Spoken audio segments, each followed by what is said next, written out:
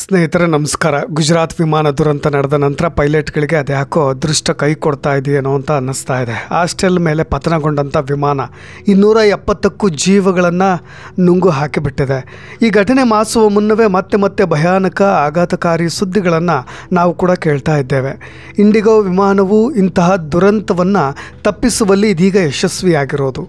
ಜೀವ ಉಳಿಸಿದಂಥ ಪೈಲಟ್ಗೆ 168ಕ್ಕೂ ಅಧಿಕ ಪ್ರಯಾಣಿಕರು ಧನ್ಯವಾದವನ್ನು ತಿಳಿಸ್ತಾ ಇದ್ದಾರೆ. ಕೈ ಮುಗಿದು ನಾನು ಬದುಕಿದ್ನಲ್ಲಪ್ಪ ಬಡ ಜೀವ ಅಂತ ಹೇಳಿ ನಿಟ್ಟುಸಿರನ್ನು ಬಿಡ್ತಾ ಇದ್ದಾರೆ. ಸ್ನೇಹಿತರೆ, ಲೋಹದ ಹಕ್ಕಿಗಳ ಗ್ರಹಚಾರವೇ ಸರಿ ಇಲ್ಲವೋ ಅಥವಾ ಒಂದು ಕಡೆ ತಾಂತ್ರಿಕ ವೈಫಲ್ಯವೋ ಇಲ್ಲ ಪೈಲಟ್ಗಳು ಈ ಗುಜರಾತ್ ವಿಮಾನ ದುರಂತದ ನಂತರ ಸ್ವಲ್ಪ ಪ್ಯಾನಿಕ್ ಆಗಿದ್ದಾರೋ ಭಯವಾಗ್ತಾ ಇದ್ದಾರೋ ಏನೋ ಗೊತ್ತಾಗ್ತಾ ಇಲ್ಲ. ಸ್ವಲ್ಪ ಸಮಸ್ಯೆ ಕಂಡರೂ ಕೂಡ ಬೆಚ್ಚಿ ಬೀಳ್ತಾ ಇದ್ದಾರೆ. ಇದೀಗ ಇಂಡಿಗೋ ಪೈಲಟ್ನ ಆ ಫ್ಲೈಟ್ನ ಪರಿಸ್ಥಿತಿಯನ್ನು ಕೇಳಿಬಿಟ್ರೆ ಸಹಜವಾಗಿ ಅಂಥದ್ದೊಂದು ಅನುಮಾನ ಮೂಡುತ್ತೆ. ಆದರೆ ಆ ವಿಮಾನದಲ್ಲಿದ್ದಂಥ ಪ್ರಯಾಣಿಕರನ್ನ ಸುರಕ್ಷಿತವಾಗಿ ಕಾಪಾಡಿದ್ದು ಮಾತ್ರ ಶ್ಲಾಘನೀಯ. ಅಸಲಿಗೆ ಪೈಲಟ್ ತುರ್ತು ಸಂದರ್ಭಗಳಲ್ಲೇ ತುರ್ತಾಗಿ ಕರೆ ಕೊಡಬಹುದಾದಂಥ ಮೇಡೆಗೆ ಕಾಲ್ ಅನೌನ್ಸನ್ನು ಮಾಡಿದ್ಯಾಕೆ? ಮೇಡೆ ಕಾಲ್ ಕೊಟ್ಟ ಮೇಲೆ ಏನಾಯಿತು? ವಿಮಾನದಲ್ಲಿ ಫ್ಯೂಯಲ್ ಖಾಲಿ ಆದಮೇಲೆ ಆಕಾಶದಲ್ಲೇ ಆ ವಿಮಾನ ಹರಸಾಹಸವನ್ನು ಪಟ್ಟಿದ್ಯಾಕೆ ಅನ್ನೋ ಕುರಿತಾಗಿ ಒಂದಿಷ್ಟು ಡೀಟೇಲ್ಸ್ ನೋಡ್ತಾ ಹೋಗೋಣ. ನಾನು ನಿಮ್ಮ ರಾಕೇಶ್ ಆರುಂಡಿ. ಈ ಘಟನೆ ನಡೆದಿದ್ದು ಜೂನ್ 19ರಂದು.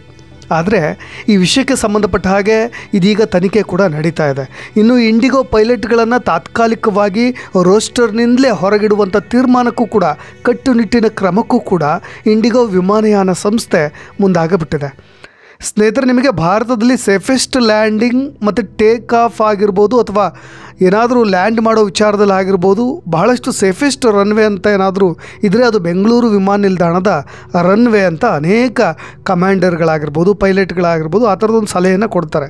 ಅದಕ್ಕೆ ಕಾರಣ ಕೂಡ ಇದೆ. ಯಾಕೆಂದರೆ ಅಕ್ಕಪಕ್ಕ ದೊಡ್ಡ ದೊಡ್ಡ ಟವರ್ಗಳಾಗಿರ್ಬೋದು ಅಥವಾ ಪಕ್ಷಿಗಳನ್ನು ಇನ್ಫ್ಲುಯೆನ್ಸ್ ಮಾಡ್ತಕ್ಕಂಥ ಕೊಳಚೆ ಸ್ಲಮ್ಗಳಾಗಿರ್ಬೋದು, ಅಕ್ಕಿ ಪಕ್ಷಿಗಳ ಕಾಟವಾಗಲಿ ತುಂಬ ವಿರಳ ಅತಿ ವಿರಳ ಅಂತ ಹೇಳ್ಬೋದು. ನೀವು ಇಲ್ಲಿ ಈ ರನ್ವೇದಲ್ಲಿ ಕಿಸರ್ ಲ್ಯಾಂಡಿಂಗ್ ಆಗಿರ್ಬೋದು ಸ್ಮೂತ್ ಲ್ಯಾಂಡಿಂಗ್ನಂಥ ಫೀಲ್ ಬರೋದೇ ಬೆಂಗಳೂರು ಏರ್ಪೋರ್ಟ್ಗಳಲ್ಲಿ. ಅದಕ್ಕೋ ಏನೋ ಗೊತ್ತಿಲ್ಲ, ಈ ಥರದೊಂದು ದೊಡ್ಡ ಎದುರಾಗಬಹುದಾದಂಥ ಮತ್ತೊಂದು ಭಯಾನಕ ದುರಂತವನ್ನು ತಪ್ಪಿಸಲಿಕ್ಕೆ ಪೈಲಟ್ ಮೊದಲು ಆಯ್ಕೆ ಮಾಡಿಕೊಂಡಿರೋದೇ ಬೆಂಗಳೂರು ಏರ್ಪೋರ್ಟನ್ನು.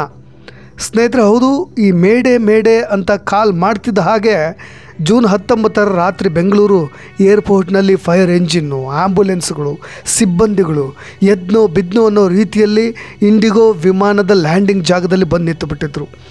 ಎಲ್ಲರೂ ಏನೂ ಆಗದಿರಲಿ, 168 ಪ್ರಯಾಣಿಕರು ಸೇಫಾಗಿ ಬಂದು ಇಳಿಯಲಿ, ಬದುಕುಳಿಯಲಿ ಅಂತ ಆ ದೇವರ ಬಳಿ ಪ್ರಾರ್ಥನೆ ಮಾಡ್ತಾಯಿದ್ರು. ಇನ್ನೊಂದು ಕಡೆ ಏರ್ ಟ್ರಾಫಿಕ್ ಕಂಟ್ರೋಲ್ ರೂಮ್ ಸ್ತಬ್ಧವಾಗಿ ಹೋಗಿಬಿಟ್ಟಿತ್ತು. ಕೆಲ ಕ್ಷಣ ಇಡೀ ಏರ್ಪೋರ್ಟ್ ಸಿಬ್ಬಂದಿಗಳು ಸ್ಟನ್ ಆಗಿ ಹೋಗಿಬಿಟ್ಟಿದ್ರು. ಆದರೆ ಅದೃಷ್ಟವಶಾತ್ ಅಂಥದ್ದೇನೂ ಘಟನೆ ಸಂಭವಿಸಲಿಲ್ಲ. ಆದರೆ ಆ ಪರಿಸ್ಥಿತಿ ಇತ್ತಲ್ಲ, ಅದೇ ಭಾಳಷ್ಟು ಘನಘೋರವಾಗಿರೋದು. ಸ್ನೇಹಿತರೆ, ಗುವಾಹಟಿ ಚೆನ್ನೈ ಮಾರ್ಗದ ಇಂಡಿಗೋ ವಿಮಾನ ತನ್ನ ಮಾರ್ಗ ಮಧ್ಯದಲ್ಲೇ ಇಂಧನ ಖಾಲಿಯಾದಂಥ ಸಮಸ್ಯೆಯನ್ನು ಎದುರಿಸುತ್ತೆ. ಇಂಡಿಗೋ 6E6764 ಅಂದರೆ 6E6764 ವಿಮಾನ ಜೂನ್ 19ರ ಸಂಜೆ 4:40ಕ್ಕೆ ಗುವಾಹಟಿ ವಿಮಾನ ನಿಲ್ದಾಣದಿಂದ ಸರಿಯಾದ ಸಮಯಕ್ಕೆ ಟೇಕ್ ಆಫ್ ಆಗುತ್ತೆ. ಅದು ಲ್ಯಾಂಡಿಂಗ್ ಆಗಬೇಕಾಗಿದ್ದಂಥ ಸಮಯ 7:45ಕ್ಕೆ ಚೆನ್ನೈ ಏರ್ಪೋರ್ಟ್ನಲ್ಲಿ ಲ್ಯಾಂಡಿಂಗ್ ಸಮಯ ಕೂಡ ನಿಗದಿಯಾಗಿತ್ತು.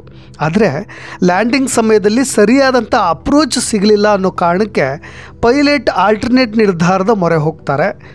ಅದನ್ನು ಕೂಡ ಕಮ್ಯುನಿಕೇಷನ್ ಮುಖಾಂತರ ATCಗೆ ಕನ್ಫರ್ಮ್ ಮಾಡ್ತಾರೆ. ಅದು ಯಾವ ಮಟ್ಟಿಗೆ ಅಂದರೆ, ಮೊದಲು ಈ ಚೆನ್ನೈನಲ್ಲೇ ಲ್ಯಾಂಡಿಂಗ್ ಮಾಡಬೇಕು ಅಂತ ಹೇಳಿ ಆ ವಿಮಾನದ ಗಾಲಿಗಳು ಕೂಡ ರನ್ವೇಯನ್ನು ಮುತ್ತಿಕ್ಕಿ ಮತ್ತೆ ಮೇಲೆ ಹೋಗಿರೋದು.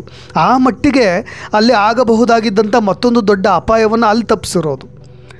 ಇದಕ್ಕೆ ನಾವು ಬ್ಯಾಕ್ ಟು ಲ್ಯಾಂಡಿಂಗ್ ಅಂತ ಹೇಳಿ ಕರಿತೀವಿ. ಅಂದರೆ ಮೊದಲು ಆರಂಭದಲ್ಲಿ ಲ್ಯಾಂಡಿಂಗ್ ಮಾಡಲಿಕ್ಕೆ ಅಂತ ಕೆಳಗೆ ಬಂದು ಮತ್ತೆ ಅದು ಸೇಫ್ ಅಲ್ಲ ಅಂಥೇಳಿ ಮತ್ತೆ ಟೇಕ್ ಆಫ್ ಆದರೆ ಅದನ್ನು ಬ್ಯಾಕ್ ಟು ಲ್ಯಾಂಡಿಂಗ್ ಅಂತ ಹೇಳಿ ಕರಿತೀವಿ. ತದನಂತರ ಮತ್ತೆ ಪೈಲಟ್ ಚೆನ್ನೈನ ಆಕಾಶದ ಸುತ್ತಮುತ್ತ ಕೆಲಕಾಲ ಅಲ್ಲೇ ಸುತ್ತಾಡಿಸಿಬಿಟ್ಟಿದ್ದಾರೆ. ಕೊನೆಗೆ ಯಾವಾಗ ಅಲ್ಲೇ ಸುತ್ತಾಡಲಿಕ್ಕೆ ಶುರುವಾಯಿತೋ ಇಂಧನ ಖಾಲಿ ಆಗ್ತಾ ಬರ್ತಾ ಹೋಗಿದೆ. ತತ್ಕ್ಷಣಕ್ಕೆ ಪೈಲಟ್ಗೆ ಅದು ಅರಿವಿಗೂ ಕೂಡ ಬಂದಿದೆ. ಯಾವಾಗ ತನ್ನ ವಿಮಾನದಲ್ಲಿ ಇಂಧನ ಖಾಲಿ ಆಗ್ತಾ ಇದೆಯೋ ಬೇರೆ ಆಲ್ಟರ್ನೇಟಾಗಿ ಏನಾದರೂ ಮಾಡಲೇಬೇಕು, ತತ್ಕ್ಷಣ ನಾವು ಲ್ಯಾಂಡಿಂಗನ್ನು ಮಾಡಲೇಬೇಕು. ಅದಕ್ಕೋಸ್ಕರವಾಗಿ ATC ಜೊತೆ ನಿರಂತರವಾಗಿ ಕಮ್ಯುನಿಕೇಟ್ ಮಾಡಿದಂಥ ಪೈಲಟ್ ಅನಿವಾರ್ಯವಾಗಿ ಸಿಲಿಕಾನ್ ಸಿಟಿ ಬೆಂಗಳೂರು ಏರ್ಪೋರ್ಟ್ನಲ್ಲಾದರೂ ಕೂಡ ಲ್ಯಾಂಡಿಂಗ್ ಮಾಡೋಣ ಅಂತ ನಿರ್ಧಾರ ಮಾಡಿರೋದು. ಅದು ಯಾವ ಮಟ್ಟಿಗೆ ಅಂದರೆ ಇನ್ನೇನು 35 ಅಂದರೆ 35 ನಾಟಿಕಲ್ ಮೈಲ್ ದೂರದಲ್ಲಿದ್ದಾಗ ಬೆಂಗಳೂರನ್ನು ತಲುಪಲಿಕ್ಕೆ 35 ನಾಟಿಕಲ್ ಮೈಲು ದೂರದಿಲ್ಲ ಅಂದರೆ ಸರಾಸರಿ 60 ಕಿಲೋಮೀಟ್ರ್ ದೂರದಲ್ಲಿದ್ದಾಗ ಆ ಪೈಲಟ್ ಮೇಡೆ ಅನ್ನೋ ಕಾಲನ್ನು ಕೊಟ್ಟುಬಿಟ್ಟಿರೋದು.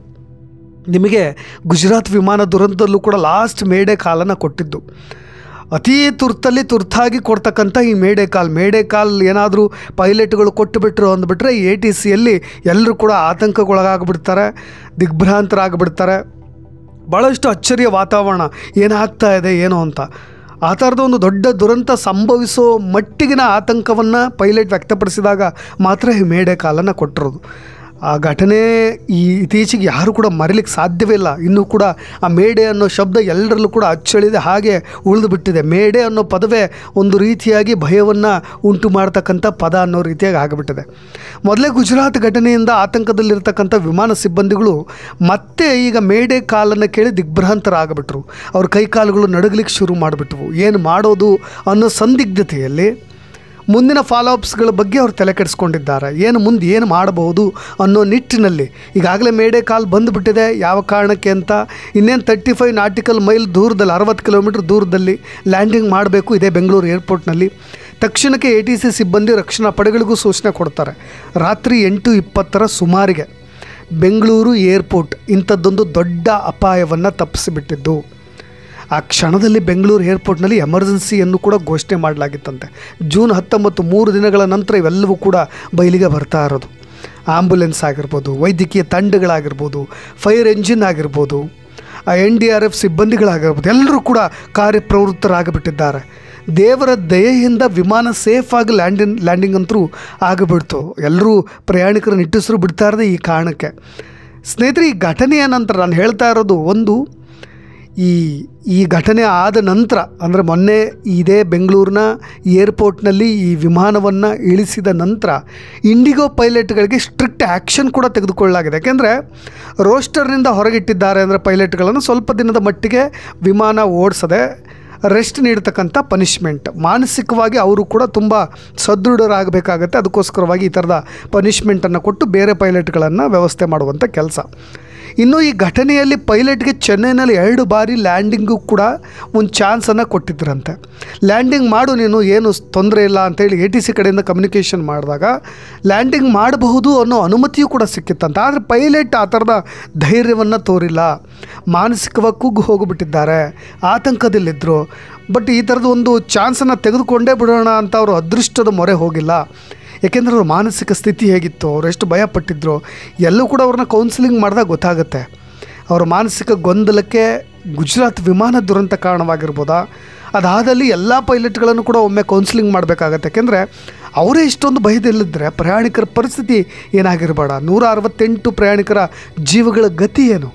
ಇದು ಒಂದೇ ಅಲ್ಲ, ನಾನು ಬೇರೆ ಬೇರೆ ವಿಮಾನದಲ್ಲೂ ಕೂಡ ಎಲ್ಲ ಪ್ರಯಾಣಿಕರು ಪೈಲಟ್ ಮೇಲೆ ವಿಶ್ವಾಸವನ್ನಿಟ್ಟೇ ವಿಮಾನವನ್ನು ಹೇರೋದು. ಅದೊಂದು ರೀತಿ ಪುನರ್ಜನ್ಮ. ವಿಮಾನದಿಂದ ಇಳಿಬೇಕಾದ್ರೆ ಪ್ರತಿ ಬಾರಿಯೂ ದೇವರೇ ಸಾರಥಿಯಾಗಿ ವಿಮಾನವನ್ನು ಚಾಲನೆ ಮಾಡ್ತಾ ಇದ್ದೇನೋ ಅನ್ನೋ ರೀತಿಯಾಗಿ. ಆದರೆ ಅವರೇ ಪ್ಯಾನಿಕ್ ಆಗಿಬಿಟ್ರೆ ಪ್ರಯಾಣಿಕರ ಗತಿ, ಅವ್ರ ಕುಟುಂಬಗಳು, ಅವ್ರನ್ನೇ ನೆಚ್ಕೊಂಡವರು ಭಾಳಷ್ಟು ಸೀರಿಯಸ್ ಇಶ್ಯೂ ಅಂತ ಅನಿಸುತ್ತೆ. ಯಾಕೆಂದರೆ ಇತ್ತೀಚೆಗೆ ಯಾಕೋ ಏನೋ ಗೊತ್ತಿಲ್ಲ, ಲಂಡನ್ ಟು ಚೆನ್ನೈಗೆ ಆಗಮಿಸಬೇಕಾಗಿದ್ದಂಥ ವಿಮಾನದಲ್ಲೂ ಹೊಗೆ ಬೆಂಕಿ ಕಾಣಿಸ್ಕೊಂಡಿದ್ದು, ಆ ಥರದ ಘಟನೆಗಳನ್ನೇ ಪದೇ ಕೇಳ್ತಾ ಇದ್ದೀವಿ. ಇನ್ನೊಂದು ಕಡೆ ಇದೇ ಏರ್ ಇಂಡಿಯಾ ವಿಮಾನದ ತಪಾಸಣೆಯನ್ನು ಹೆಚ್ಚಳ ಮಾಡಲಾಗಿರೋದು, ಮುಂದಾಗ್ತಕ್ಕಂಥ ಸಮಸ್ಯೆಗಳನ್ನು ನಿಯಂತ್ರಿಸಲಿಕ್ಕೆ ತಾಂತ್ರಿಕ ಸಮಸ್ಯೆಗೆ ಏನಾದರೂ ಕಂಡು ಬಂದರೂ ಕೂಡ, ಒಂದು ಚಿಕ್ಕ ಸಮಸ್ಯೆ ಕಂಡು ಬಂದರೂ ಕೂಡ ವಿಮಾನದ ಹಾರಾಟವನ್ನೇ ರದ್ದು ಮಾಡಲಾಗ್ತಾ ಇರೋದು. ಹವಾಮಾನ ವೈಪರೀತ್ಯ, ನಿರ್ವಹಣೆ, ಕಾರ್ಯಾಚರಣೆ ಸಂಬಂಧಿಸಿದಂಥ ಕಾರಣಗಳಿಂದಾಗಿಯೇ ಮೊನ್ನೆ ಇತ್ತೀಚೆಗೆ ಏರ್ ಇಂಡಿಯಾ ವಿಮಾನ 8 ವಿಮಾನ ಹಾರಾಟ ಸೇವೆಯನ್ನು ಕೂಡ ಸ್ಥಗಿತಗೊಳಿಸಿತ್ತು. ಹಾಗಾಗಿ ಭಾಳಷ್ಟು ಸ್ಟ್ರಿಕ್ಟ್ ಆ್ಯಕ್ಷನನ್ನು ತೆಗೆದುಕೊಳ್ಬೇಕಾಗತ್ತೆ. ತಾಂತ್ರಿಕ ವೈಫಲ್ಯಗಳ ಸಂಬಂಧವಾಗಿ, ಇಂಧನದ ವಿಷಯವಾಗಿ, ಎಲ್ಲದರ ಕುರಿತಾಗಿಯೂ ಕೂಡ. ಆಗ ಮಾತ್ರ ಈ ಥರದ ಅಪಘಾತಗಳಿಂದ ತಪ್ಪಿಸ್ಕೊಳ್ಳಿಕ್ಕೆ ಸಾಧ್ಯ. ಒಟ್ಟಾರೆಯಾಗಿ ಪೈಲಟ್ಗಳು ಕೂಡ ಬಹಳಷ್ಟು ಮೆಂಟಲಿ ಸ್ಟ್ರೆಂತ್ ಆಗಿರಬೇಕಾಗತ್ತೆ ಅನ್ನೋದು ನನ್ನ ಸಲಹೆ ಅಂತ ಹೇಳ್ತಾ ಇನ್ನಷ್ಟು ಅಪ್ಡೇಟ್ಸ್ಗಳೊಂದಿಗೆ ಮತ್ತೆ ಬರ್ತೀನಿ. ನಾನು ರಾಕೇಶ್ ಆರುಂಡಿ. ಧನ್ಯವಾದ.